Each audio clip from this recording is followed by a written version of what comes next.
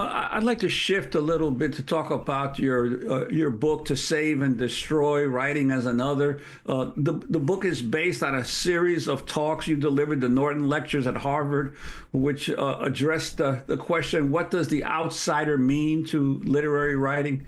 Could you begin by giving us a summary of your answer to that question?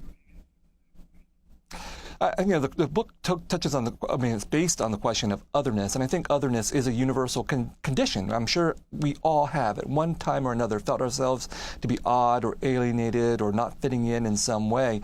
But the difference for certain people is that otherness is constantly imposed on us. That's, for example, conditions of racialization or queerness. These are identities that we don't necessarily choose, although we eventually might, but they are imposed as blanket conditions. And so that dynamic has been evident throughout American literature and culture. I think most of our major artists and writers probably have felt other in some ways, sometimes just simply as idiosyncratic or eccentric or weird in some ways that turned them into artists. But we have a significant tradition of writers of color, queer writers, feminist writers, and so on, who have come out of these conditions where they have been marked as part of an entire population.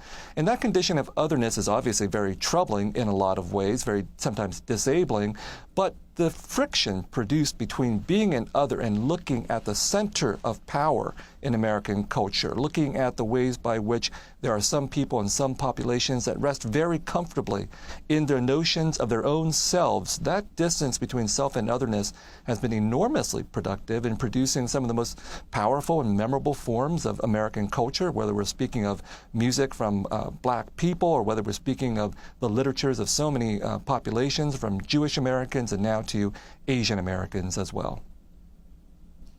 If you could also talk about the joy of otherness, as you put it. In the last chapter of your book, on the joy of otherness, you write about your experience being a father and conclude by telling the story of your sister, to whom your book is dedicated. I think there's such a range of emotions when it comes to otherness, certainly at its most extreme version, when otherness is used to justify exploitation, domination, and murder. The experiences of otherness can be deeply traumatic and terrifying. Also, again, generative of cultural and psychological responses that are embedded throughout American culture.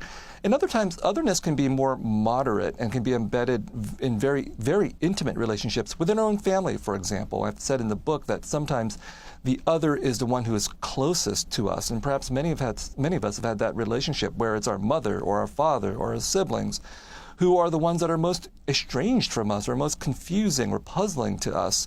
Now, that can be extremely discomforting, obviously, but sometimes that otherness is also something more gentle. The fact that, for example, I have children who are 5 and 12 years of age, they're sometimes other to me. Sometimes I look at them and I think, who are these strange people that I've participated in giving birth to and raising? I love them, but they're also quite different from me as well. And that kind of otherness, there is joy to be found in that, because I honestly did not want to become a father for various reasons, but partly because I was afraid of having these new strange others in my life. But those others of my own children have taught me enormous things, most importantly for the purposes of this book, the importance of playfulness. That looking at children who don't know any rules, who do whatever they want, can be frustrating in a lot of ways for parents, but from an artistic perspective, that spirit of playfulness, of childlikeness, is something that we absolutely need to internalize and learn again and again as rule-bound adults. Now, when it comes to my sister, I had a sister. And in 1975, when we fled from Vietnam, we left her behind. And at 4 years of age, I certainly knew I had a sister. But by the time I was 10 or 11, I forgot that I had a sister. And when this letter showed up from Vietnam with a picture of this beautiful young woman, I asked my parents, who is that person? And they said, that's your sister. And that took me by surprise, gave me a shock. And so I grew up from that point onwards aware that there was an other in our family, an absent presence, who I would not see again for another 20 years or so, and who I would not see after that for 20 further years until she came to the United States last year. She timed her visit perfectly. She showed up literally the day before the premiere of my TV series, and I had the opportunity to take her to a Hollywood party where we were the first ones to arrive, and the next person to arrive was one of the stars of the show, Robert Downey Jr., who took photos with us, and I told my sister, this happens all the time for people who come to Hollywood. So after all of the tragedy of our family history, there was joy, I think, in that moment of having my sister arrive for a little bit of the American experience. In October 2023, you were among more than 750 writers who signed an open letter calling for a ceasefire in Gaza, after which the 92nd Street Y here, 92 NY, a major cultural institution in New York City, canceled your speaking engagement there. This led to major turmoil at 92 NY, with many staffers resigning in protest. In your book, you address Israel's war on Gaza in the 3rd chapter titled On Palestine and Asia.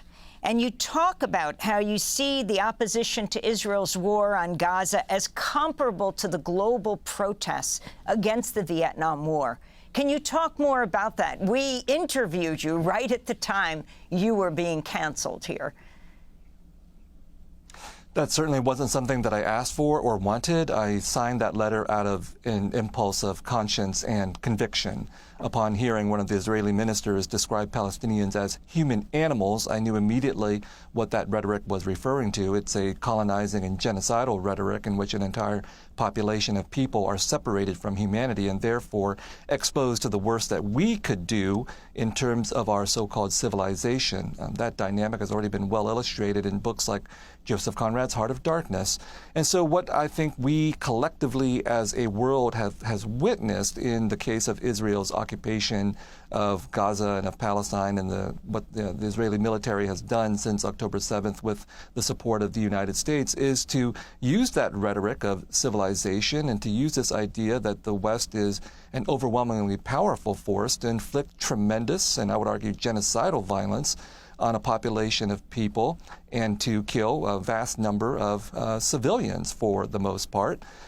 So I think it is a situation that for many people outside of Palestine and outside of Israel that we can clearly see that there's a vast disjuncture between the professions of the rhetorical professions of Israel and the United States and what we're actually witnessing from Palestinians themselves. And one way in which this war is comparable to the Vietnam War is that for the world, the Vietnam War became the first television war or the first living room war. People could turn on their TVs at night and literally see images of Vietnamese people being burned by napalm, for example. And this was utterly shocking at that time. And I think there's a similar or parallel degree of shock here when we can see Palestinians using their phones to beam out the images of what it's like to be subjected to mass bombing, random bombing, to see people being blown to bits, including children. It is a shock to the conscience, and it has mobilized a significant degree of global sentiment against Israel and the United States that I don't think we've seen since the 1960s and early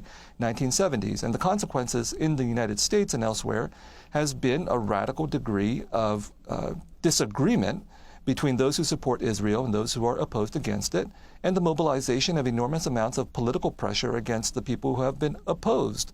And this, again, recalls the deep divisions internally within the United States and other countries during the Vietnam War. But I think one difference that's important is that now, under the Trump administration, there's been a weaponization of anti-Semitism, which is a real problem, but a weaponization of anti-Semitism to be directed against anybody who supports Palestine. But even now, under the Trump administration, the weaponization of anti-Semitism in Palestine against anybody that the Trump administration disagrees with.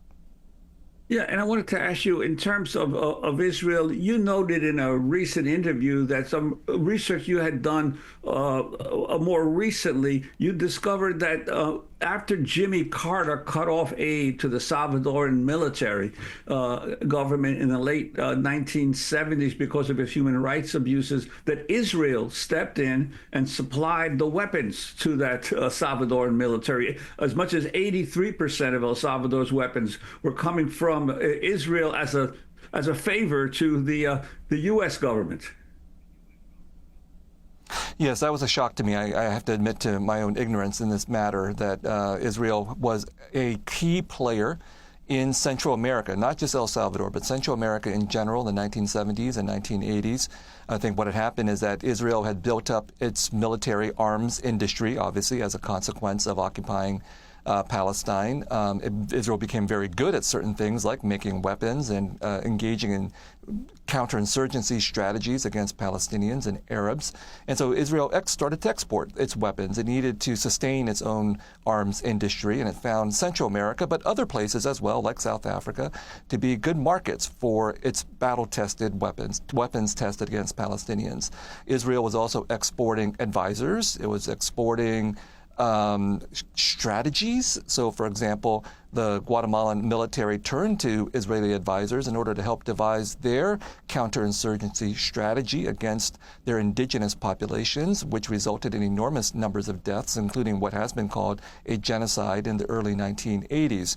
So, in some ways, Israel has long been a junior partner to the United States when it comes to military and foreign policy. Places and moments where the United States might not want to be involved very explicitly, Israel has stepped in to supply the weapons and the advisors and the technology and the strategies that the United States might not have wanted to do for themselves.